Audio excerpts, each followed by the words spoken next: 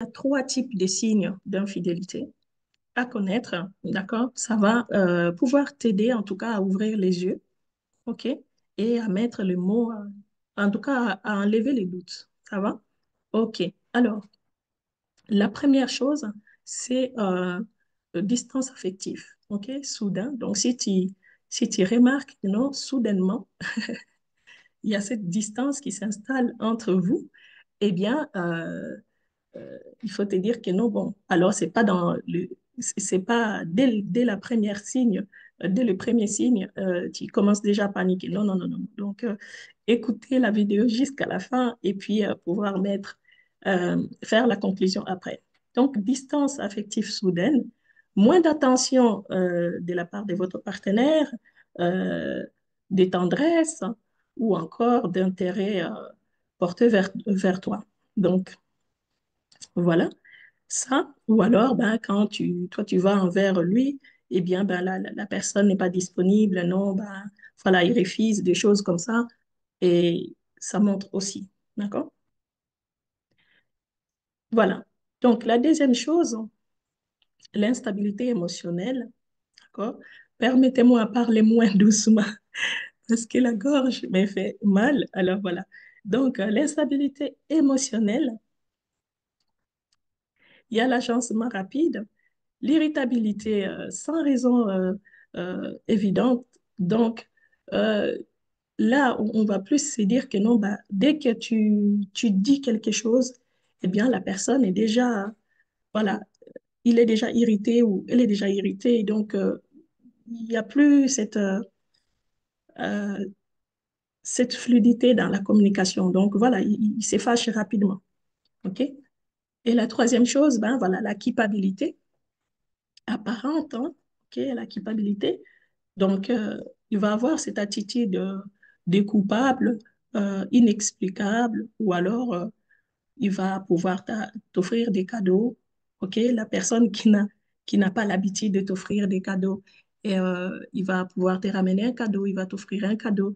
En tout cas, il va devenir d'une certaine manière plus ou moins gentil. Voilà, soudainement. OK? Ou alors encore, hein, il y a cette manque de disponibilité émotionnelle.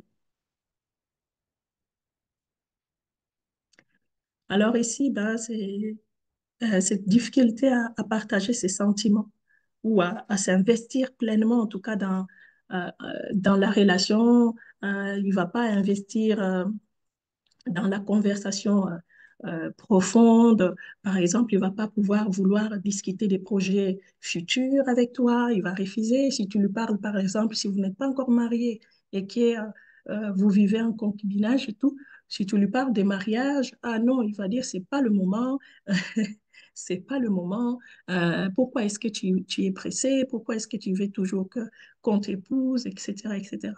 Et donc, si tu es déjà marié avec la personne, si vous êtes marié, et là, tu vas lui dire, ah, tel projet, par exemple, pourquoi est-ce qu'on n'achète pas une maison, par exemple, ou pourquoi est-ce qu'on commence pas un deuxième source de revenus ou quelque chose comme ça, il va catégoriquement refuser. Ah, en tout cas, il va ramener des choses sur le tapis, quoi. Il va dire, oui, mais c'est pas le moment de commencer un business ou c'est pas le moment d'acheter une maison, ça demande trop de démarches. Il va ramener plein des, des, des histoires, en tout cas pour s'échapper. OK?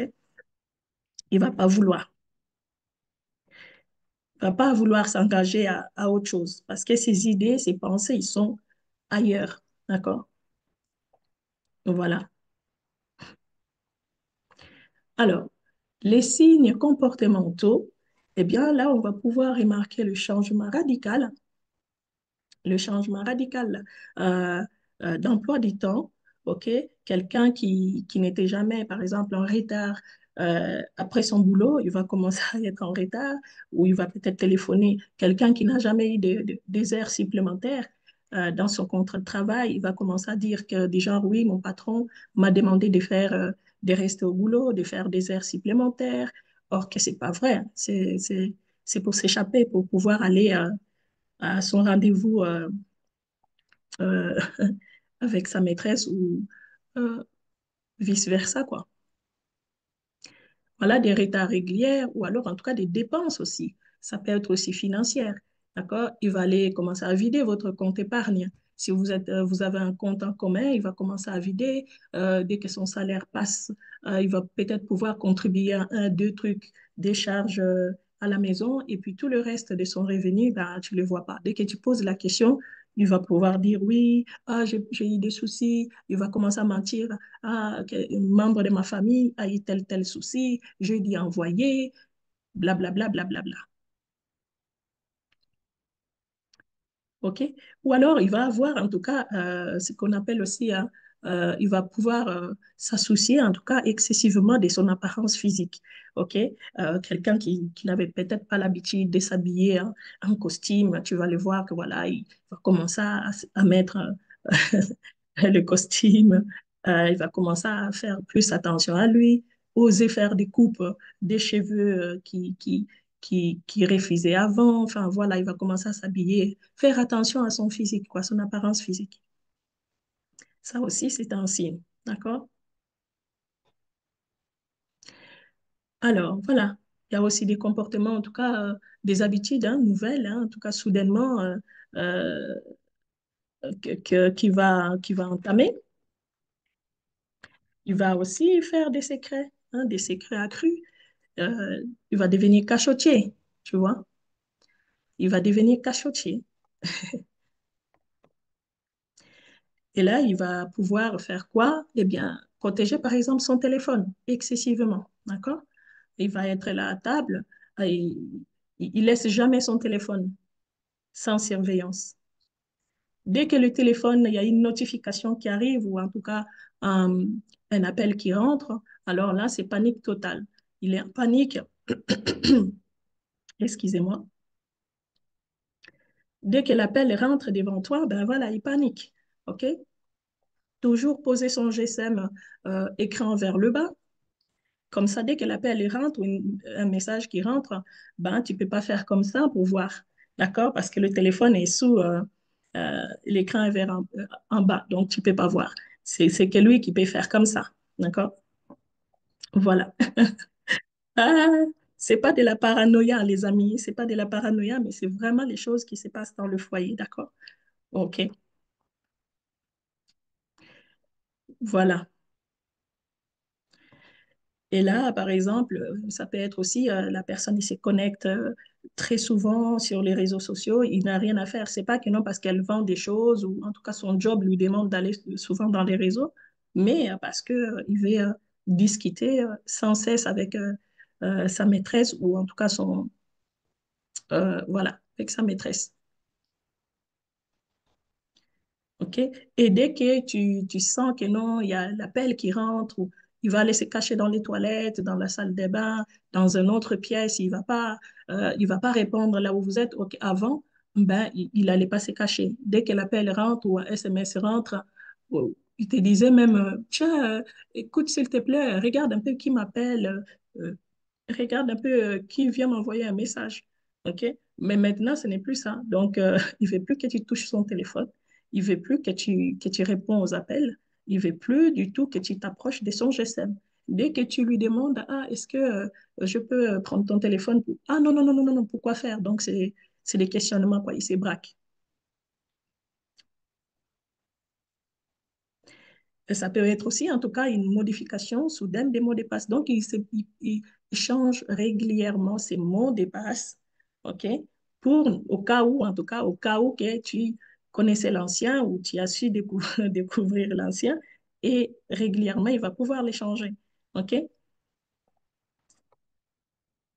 Là, c'est sans raison, hein. Sans raison qu'il va changer le mot de passe, c'est juste par sécurité pour lui, en fait. Il va se dire, oui, dès que je change le mot de passe, ben, je suis sûr que personne ne verra tous mes messages euh, avec ma relation extra-conjugale et tout. Alors, moi, j'aime bien vous donner des quiz, hein. En tout cas, j'aime bien vous donner des questions qui vont te permettre à réfléchir parce que dans notre communauté, eh bien, on ne veut pas tout simplement écouter, mais on veut, on veut réfléchir aussi par nous-mêmes. trouver notre propre réponse. On veut l'autonomisation, on veut être autonome euh, des choses. OK? Alors, c'est une question qui va te permettre de t'auto-évaluer rapidement. D'accord? Tu vas t'auto-évaluer rapidement. Alors, cette question, c'est quoi? As-tu remarqué, OK? As-tu remarqué que ton partenaire devient nerveux lorsque tu reçois un SMS, euh, lorsqu'il reçoit un SMS devant toi, OK? Pose-toi cette question et essaie de répondre à cette question.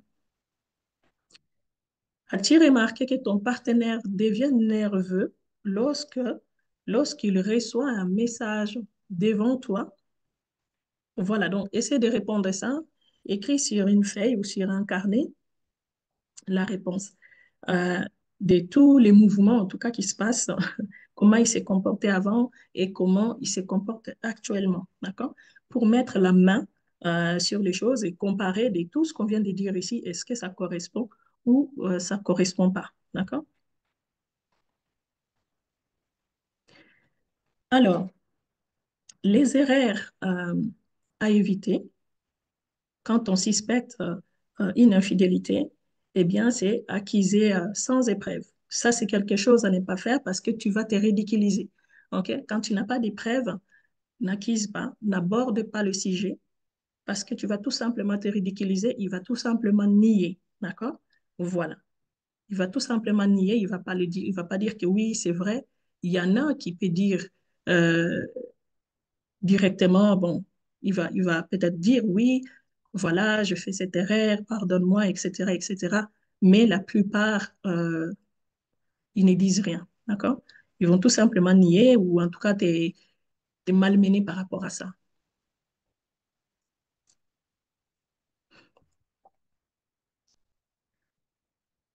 Et puis,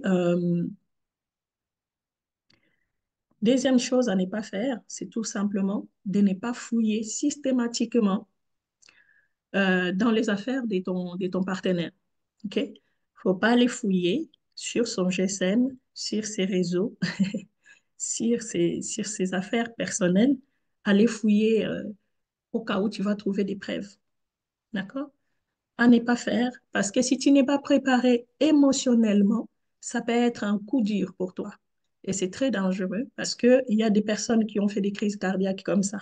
Aller fouiller, tu vas trouver quelque chose qu'il ne fallait pas. Et mentalement, si tu n'es pas préparé, euh, eh ben, ça peut faire un choc hyper dur. D'accord? Voilà. Alors, c'est aussi l'habitude de ne pas fouiller sur les affaires personnelles de ton partenaire. C'est que ben, tu as aussi confiance en toi. D'accord? Parce que quelqu'un qui passe son temps à les fouiller sur les affaires de son partenaire pour trouver des preuves s'il les trompe, cette personne montre tout simplement qu'elle n'a pas confiance en elle. D'accord? Elle n'a pas confiance, c'est pour ça. Et ça, c'est un perte de temps parce que pendant le temps-là, tu peux te soucier de toi. Qu'est-ce que tu vas devenir dans la vie? Qu'est-ce que tu peux faire pour améliorer ta vie, pour améliorer ton quotidien, ton développement personnel, pour rien d'aller t'embrouiller sur des choses qui n'existent peut-être pas ou ça existe, aller te perturber. OK? Alors, la troisième chose, hein, OK, à éviter quand on suspecte en infidélité, eh ben, s'isoler.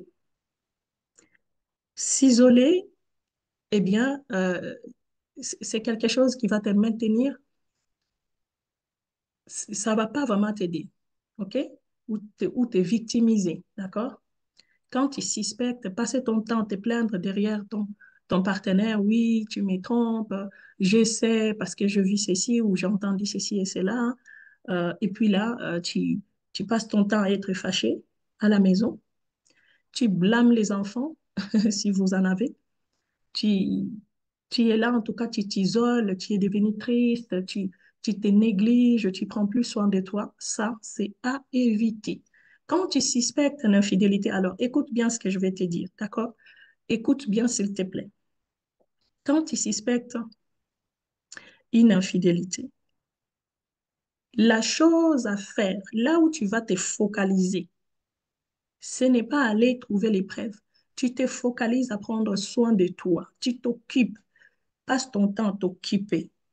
Regarde ce qui te concerne directement. Ce n'est pas ce que ton partenaire, ce qui concerne ton partenaire. Si tu as des enfants, occupe-toi de tes enfants comme il faut. Occupe-toi de toi-même. Si tu n'as pas de travail, commence à penser à chercher du travail. Si tu n'as pas de formation, pense à commencer à te former. Prends ton, prends ton temps à te maquiller. Si tu n'aimes pas te maquiller, ma chérie, fais un effort à t'apprêter comme il faut. OK? Le plus important, c'est que tu te sentes bien toi-même. OK? Parce que si tu te laisses aller, ton partenaire, qu'il est déjà dehors, sache-le qu'il va encore bien partir. D'accord?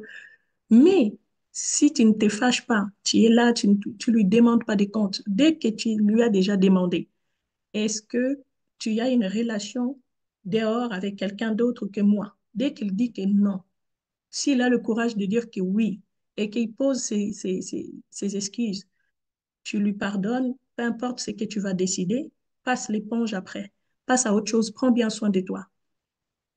Continue à prendre soin de toi. Et ensuite, lui, tu sais, hein, les hommes, ils ont peur de ce genre de femmes qui réagissent comme ça.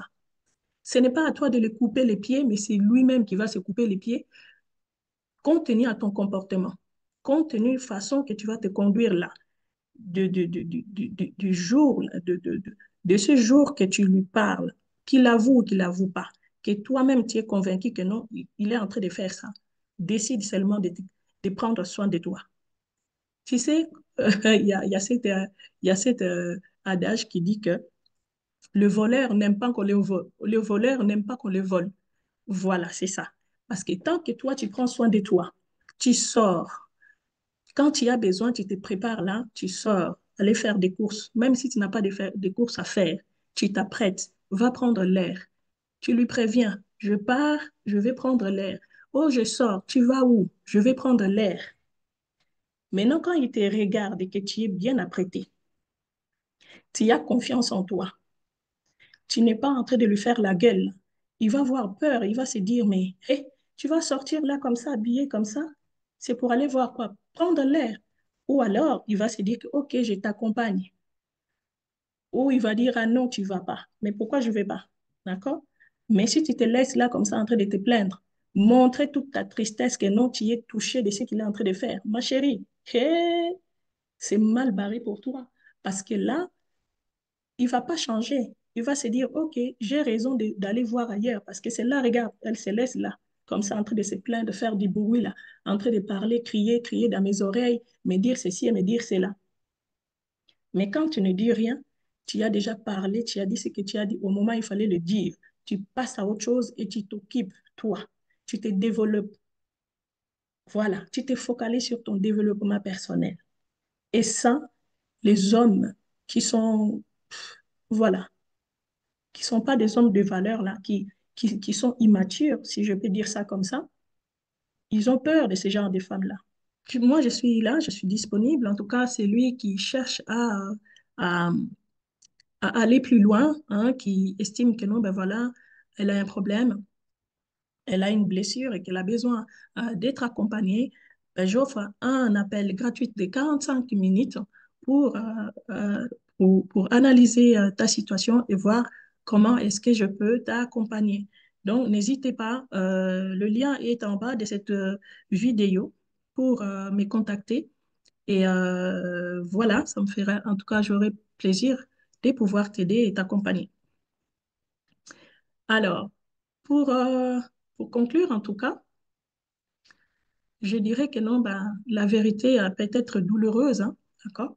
Peut-être douloureuse à entendre, ok? Mais elle est libératrice, ok? C'est mieux de connaître la vérité et être affranchi, être libéré, que de rester dans le mensonge, parce que ça, c'est encore un autre arme puissante de destruction. C'est que tu marches dans l'illusion que tout va bien ou dans le déni que tout va bien pour montrer aux autres que moi, dans mon couple, je suis bien, or qu'en réalité, tu es en train de t'autodétruire. Au-dedans de toi, c'est un volcan qui est dedans. OK? Voilà, donc ton bonheur mérite en tout cas la clarté. C'est très important de connaître ça, d'accord? Et de garder surtout ça, de le garder en tête, d'accord? Voilà, et je vous remercie d'avance de m'avoir suivi. Et pour ceux qui vont venir en replay, merci beaucoup en tout cas. N'hésitez pas, s'il y a des questions, de me laisser des questions dans le commentaire. Je lis tous vos commentaires et puis on se retrouve à